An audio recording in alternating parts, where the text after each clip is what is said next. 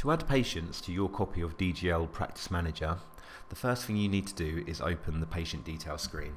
To do this, you can either click the patient icon on the toolbar towards the bottom of your screen, or select patient followed by patient details from the main menu. Once the patient details screen is open, you can run through the fields on the left hand side and add the patient's personal information. Throughout the software, there are fields that are drop-down menus, and these are referred to as learning fields, and that basically means you can teach your software as you go along. So as an example, lady is not a title which is available in my list of salutations in the live mode license. So if I type lady and press enter, it will now ask me if I want to add that to the list. If I say yes, lady will now be a permanent fixture and available for all new patients that are added within this license. Okay, I'm just going to continue adding the patient, enter their date of birth, and as you can see, the age is automatically populated based on the date of birth that you've given, and the sex again is also populated based on the title. What we then do is we then run through and add the patient onto the system. Towns and counties are also known as learning fields, and what that means is as we're adding the patient, we can also add these towns and counties to our list so they're available for all new patients that we add after today. There are multiple fields here that allow you to enter things such as the mobile number, telephone and email address. To the right of the telephone home button there is a more button, and if I click that, that allows you to enter things such as the pager or fax number for the patient. On the left hand side here we also have address to. This allows you to enter a second address for your patient, such as an address for correspondence or accounts. Now if the patient wants you to override address 1 with address 2 for accounts, for example, you simply check the box towards the bottom of the screen here saying use this address for invoices / accounts. Okay. If our patient is under the age of 18, at this stage, the software will prompt whether we want to enter an alternative billing details.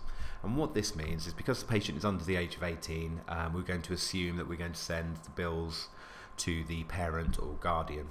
So if I say yes to that, what I then do is just enter the top 4 fields relating to our alternative billing address, and as soon as I tab away or press enter from here, it will prompt and ask me if I want to use the same address. Now because our patient is under the age of 18, we will, for this example, assume they live at home with their parents.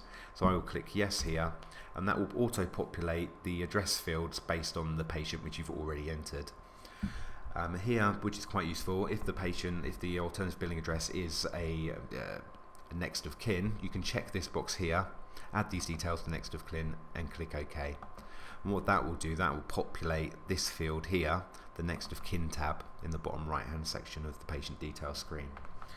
Now we know we have an alternative billing address selected for this patient because the text is highlighted in this reddish colour and there's a small tick box here.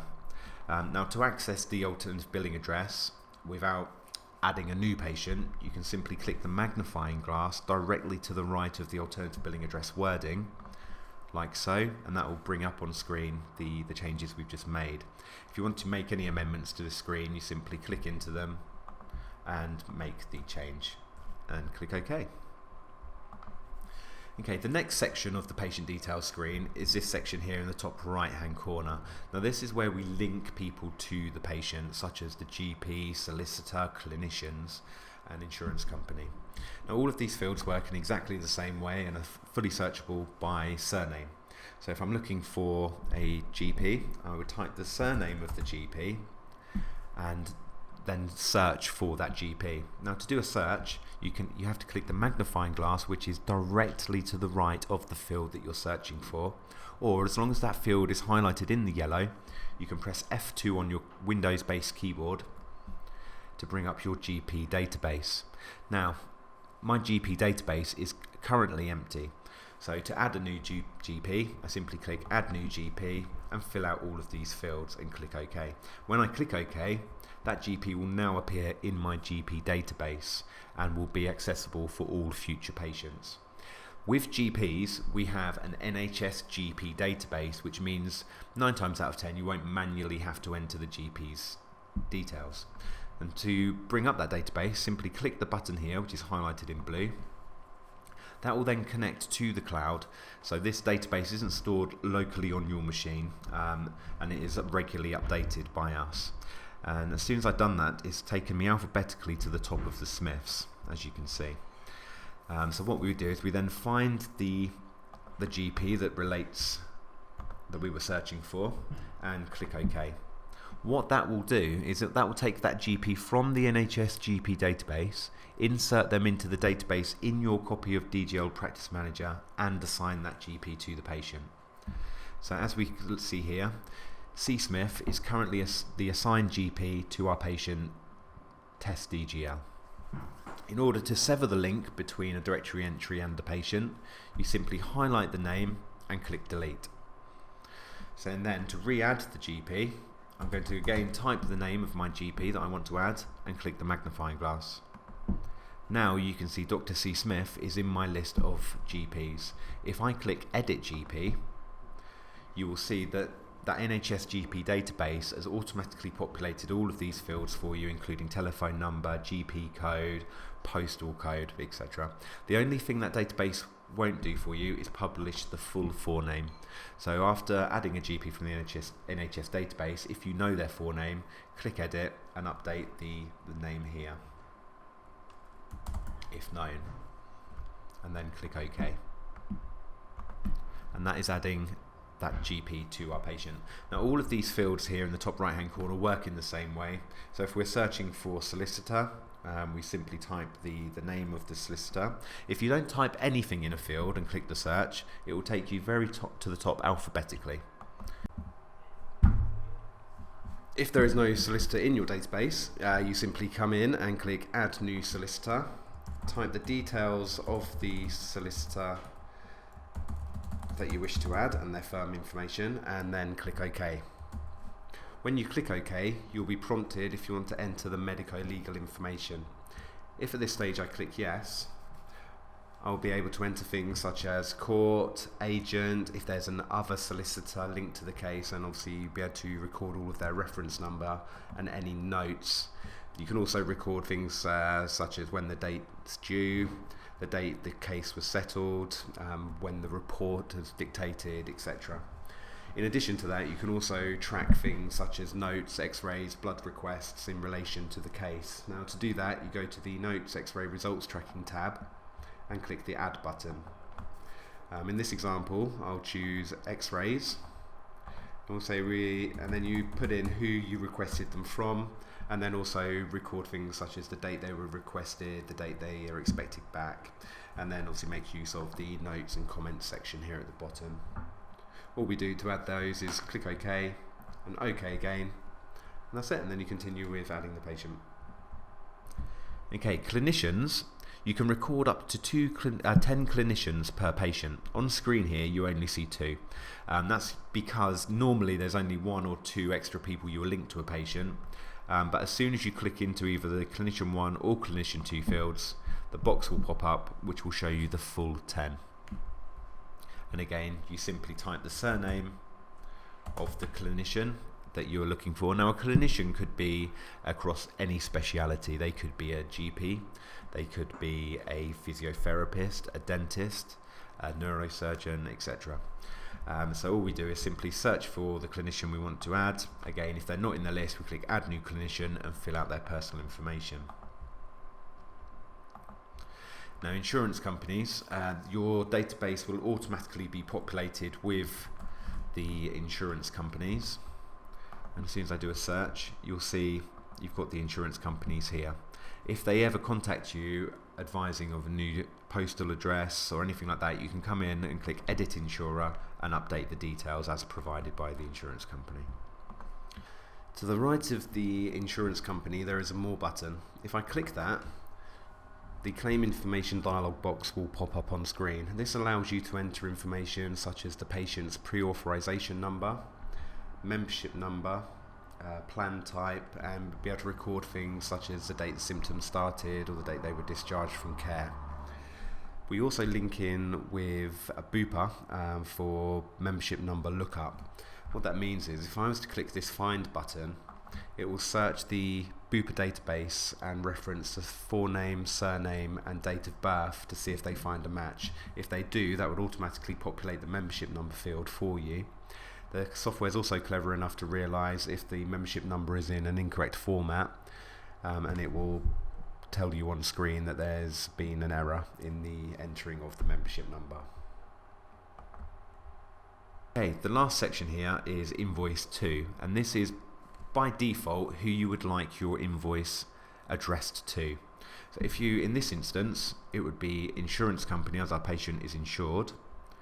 If the patient wasn't insured, or if you send your bills directly to the patient, in this instance we would select alt billing address because our patient is under the age of 18 and they currently live at home. And that will default to use the alt billing address here, so all the invoices will be addressed to the father or the mother, depending, and not the patient. If the patient was over the age of 18 and they weren't insured, then in this instance you would just select patient from the drop down box. If your finger was to slip at this stage and you chose something that you did not want to have access to by default, it's not the end of the world, because when you come to raise the invoice you can immediately change who the invoice is sent to.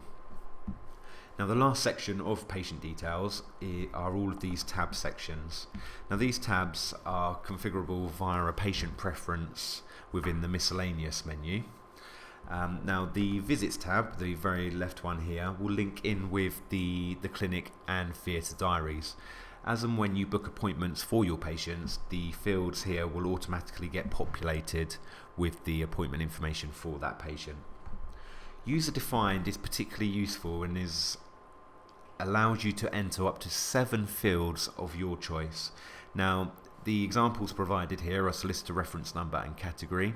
It may be that you work out of a clinic where they have their own internal numbering system and you need to be able to record that. It may be something very specific to your consultant's speciality that you need to record. So just be aware that if there is something you need to record about your patient but you're unable to find a field to do so, that you could do that within the user defined tab in the patient details screen. Now these are configurable via the patient preferences within the miscellaneous menu.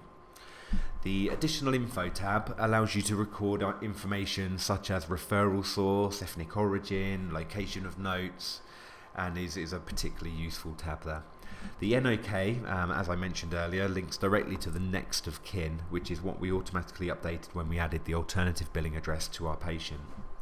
To update the next of kin details, you need to click this tab and come in here and update the information if you need to. Comments is particularly useful. Anything you type in this section here, the other comments box, you will need to come into the patient, select our patient and click the comments tab to view these comments. Anything you type in the urgent notes / comments field, this box here, will automatically pop up on screen every time you access this patient. Now this could be anything that you need to remind yourself urgently regarding this patient. It could be that they suffer from specific allergies. It may be that they're wheelchair bound and you need to bear that in mind based on the clinics that you work out of. It could be absolutely anything regarding your patient which you find useful that you need to remind yourself about. The payment tab allows you to take credit card payments over the internet, and you are not required to have a PDQ machine, which means it will be tethered directly to your PC or laptop. Now we currently link in with companies called CardSave and WorldPay. For more information, please contact our sales department and they will be able to provide the information you require. The very last tab here is telephone numbers. As I click that, it just allows you another place to enter the contact details for the patient, because they're obviously extremely important that you have them up to date. Now that is adding a patient with every single option selected. The minimum information you need to add a patient is the name. I could have simply typed test DGL and clicked OK, and that would have added my patient into the database. And that's what I'll do now as soon as I click OK, and that is it. That's how we add a patient to our copy of DGL Practice Manager.